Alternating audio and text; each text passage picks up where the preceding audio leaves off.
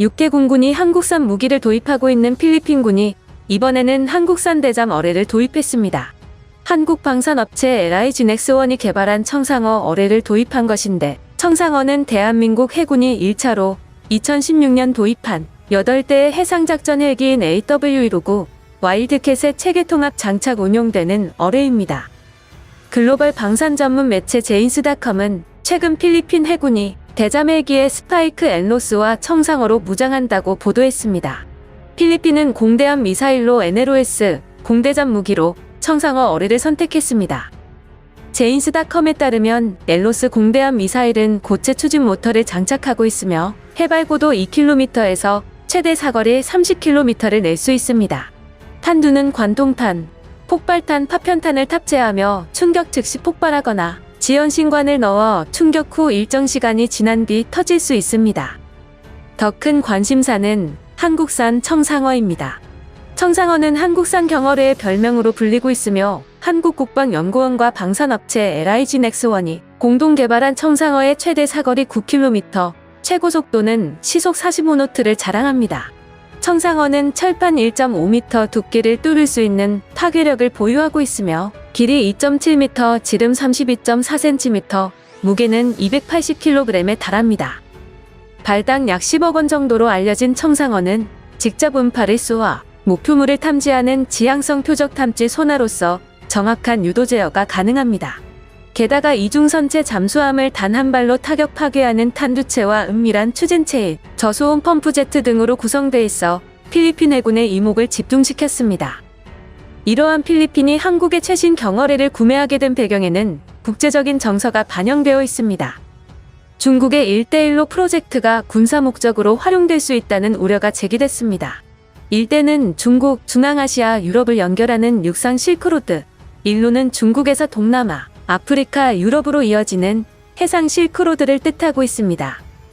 1대1로 선상에 있는 60여 개 연선 국가의 인구는 약 44억 명으로 전 세계 인구의 63%, 경제 규모는 21조 달러로 전 세계의 29%를 차지할 정도입니다. 중국 지도부가 어직 개발 및 연결에만 초점을 둔 윈윈 협력이라는 프레임을 덧씌우고 있지만 많은 국가가 1대1로 프로젝트 뒤에 숨겨진 동기를 우려하고 있습니다. 중국이 1대1로를 상업적 용도뿐만 아니라 군사적 용도로 이중 사용하려는 움직임 때문입니다. 중국의 깃발을 내걸지 않고도 군사활동을 할 토대를 만드는 게 중국이 추구하는 접근법인데, 특히 1대1로 상항구가 해군 함정을 포함한 중국 선박 지원 역량 강화에 활용될 수 있습니다. 특히 중국이 투자한 파키스탄, 캄보디아, 스리랑카, 미얀마 항만 시설이 군사 목적으로 사용될 수 있어 국제사회에서 중국의 영향력이 더욱 커질 수 있습니다. 특히 남중국해 문제를 두고 미중 갈등이 이어지는 가운데 필리핀을 사이에 두고 미국과 중국 간의 신경전이 펼쳐지고 있습니다. 현재 중국은 남중국해 대부분의 해양 자원들에 대한 주장을 펼치고 있고 그것들을 통제하기 위한 전략적 행동들을 시행하고 있습니다. 동남아시아의 섬나라 필리핀은 한때 아시아의 진주로 불리던 부국이었습니다. 필리핀을 둘러싸고 있는 태평양과 남중국해의 풍부한 해양 자원은 물론 영토 곳곳에 금과 구리, 니켈, 크롬 같은 값나가는 자원이 널려 있고 연중 온화한 기후와 비옥한 토지는 쌀, 바나나, 사탕수수 등을 대량으로 제공했습니다. 천혜의 자연 조건과 함께 스페인, 미국 등 서구 강대국의 식민 지배 기간에 현대화된 교육을 받은 지식인이 많았던 필리핀은 1946년 미국으로부터 완전히 독립한 뒤 한동안 번영을 구가했고 한국전쟁 중에는 연인원 7,000명 넘는 병력을 보내며 국제사회에 책임 있는 일원으로 활약한 선진국이었습니다. 풍부한 자원과 군사 요충지로서의 입지를 가진 필리핀은 미국과 중국의 관심을 끌기에 충분했습니다. 중국의 필리핀에 대한 매력 공세는 웨이펑허 중국 국방부장의 필리핀 방문을 통해 이어졌습니다. 지난 7일부터 11일 인도네시아, 말레이시아, 브루나이, 필리핀 등 동남아시아 국가연합, 아세안 4개국을 차례로 방문한 중국의 웨이 부장은 필리핀 방문 시 필리핀 국방장관뿐만 아니라 로드리고 두테르테 대통령을 만났습니다. 필리핀과 중국은 웨이 부장의 필리핀 방문 시 2004년 체결된 국방협력 양해각서를 갱신하기로 합의하며 필리핀군에 2천만 달러 상당의 비전투 장비를 지원하겠다고 약속했습니다. 전문가들은 중국의 필리핀에 대한 매력 공세는 남중국해 경쟁에서 필리핀이 차지하는 전략적 중요성과 관련이 있다고 분석했습니다. 실제로 미국 싱크탱크인 랜드 연구소에서 필리핀은 미국에 있어서 전략적으로 매우 중요한 곳이며 그 이후로 미국의 해군 기지가 필리핀에 있고 필리핀이 남중국해 분쟁국 중 미국과 유일하게 동맹 조약을 맺고 있습니다. 미국은 필리핀과 1951년에 상호 방위 조약을 맺고 오랫동안 동맹 관계를 유지해 오고 있으며 지금도 수비크만 해군 기지, 클라크 공군기지에 200여 명의 미군이 배치돼 있습니다. 숫자는 많지 않지만 남중국해 관련 작전에 즉각 투입될 수 있다는 점에서 전략적 중요성이 크다는 관점입니다. 중국은 남중국해의 약 90%에 대한 영유권을 주장하면서 베트남, 필리핀, 대만, 말레이시아, 브루나이 등 주변국은 물론 미국을 비롯한 국제사회와 마찰을 빚고 있습니다. 중국은 남중국해의 주변을 따라 남해 구단선을 긋고 구단선 내 곳곳에 인공섬을 건설하면서 군사 기지화를 진행하고 있습니다. 1992년 미국의 철수 직전까지 필리핀 주변 남중국해는 언제나 평화로웠습니다. 그러나 1992년 미군이 떠나면서 상황이 급변했습니다. 미군이 모두 나가자 남중국해 입구의 해군기지에서 중국은 기다렸다는 듯 스프레틀리 군도의 해군력을 보내 필리핀령 스카버로 섬과 그 주변 암초들을 모조리 점령했습니다. 필리핀은 국제법으로 해결하겠다며 헤이그 상설국제사법재판소에 중국을 제소해 승소 판결을 받아냈지만 중국은 이를 비웃으며 스프레틀리 군도 일대 환초들을 아예 인공섬으로 만들어 버렸습니다. 이후 스프레틀리 군도는 물론 필리핀 영해에도 중국 해군 군함과 해경 경비함이 들어와 티투섬 등 필리핀령 섬들을 오가는 필리핀 정부 관공선까지 납포했습니다. 이런 가운데 지난해 6월 발생한 리드뱅크 해상 사건은 필리핀 국민의 반중 감정을 결국 폭발시켰습니다. 중국 대형 선박이 야간에 필리핀 영해에서 조업 중이던 필리핀 소형어선을 전속력으로 들이받아 침몰시킨 뒤 도주한 것입니다. 실제로 중국의 만행은 시간이 지날수록 심각해졌습니다. 연일 중국의 염치 없는 활동이 활발해지자 필리핀은 중국의 행동을 억제할 만한 군사력이 필요했습니다. 필리핀 해군이 보유하고 있는 가장 강력한 군함은 2016년 한국에서 퇴역한 충주함을 받아와 이름을 바꾼 콜라도엽입니다.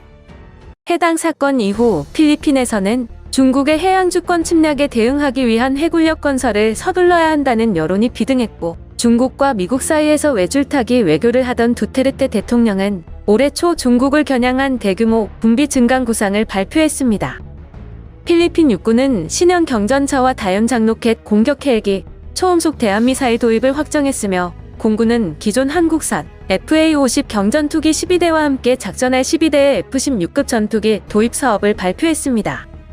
가장 주목할 만한 부분은 해군력 증강인데 2028년을 목표로 무에서 유를 창조하는 수준의 대규모 해군력 건설 계획을 내놓았습니다.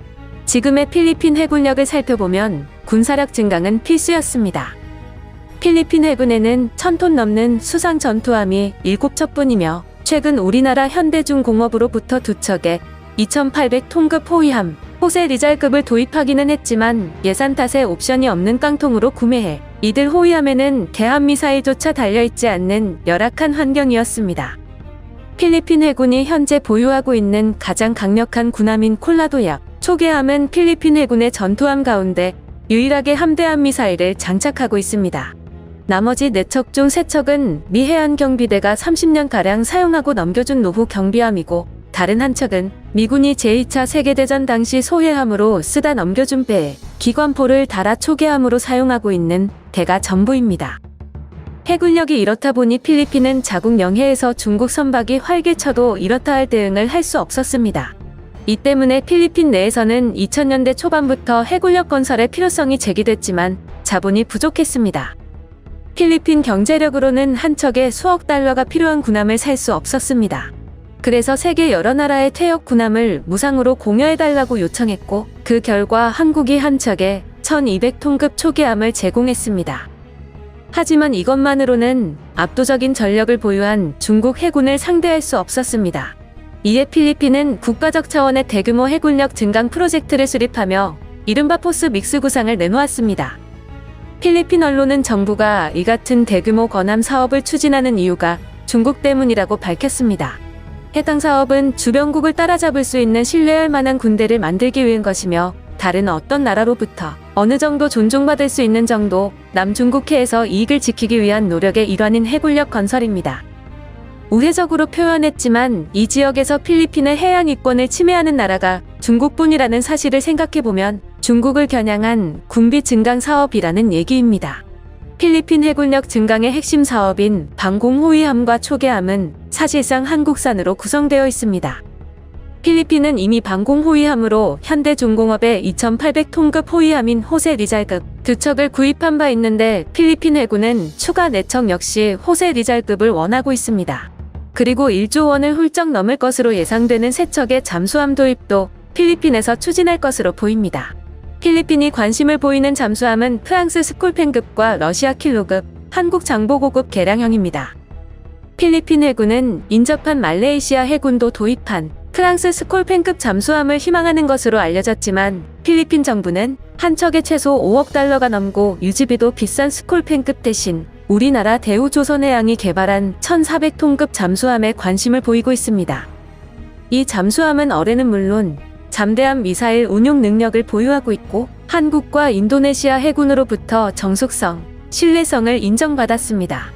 무엇보다 한 척에 3억 달러를 조금 넘는 수준으로 스콜펜급보다 압도적으로 저렴하기까지 합니다. 필리핀이 방공호위함과 초계함, 잠수함 등 해군의 핵심 전력을 모두 한국에서 조달할 경우 이미 한국산 장비를 대량으로 운용하고 있는 육군과 공군에 더해 3군이 모두 한국산 무기로 대체되고 있습니다. 중국의 무분별한 남중국해 활동에 대응하기 위한 나라들은 하나 둘씩 한국의 무기로 군사력을 증가시키며 중국의 도발에 적극 대응하고 있습니다. 지금까지 지식튜브였습니다. 오늘도 시청해주셔서 감사합니다.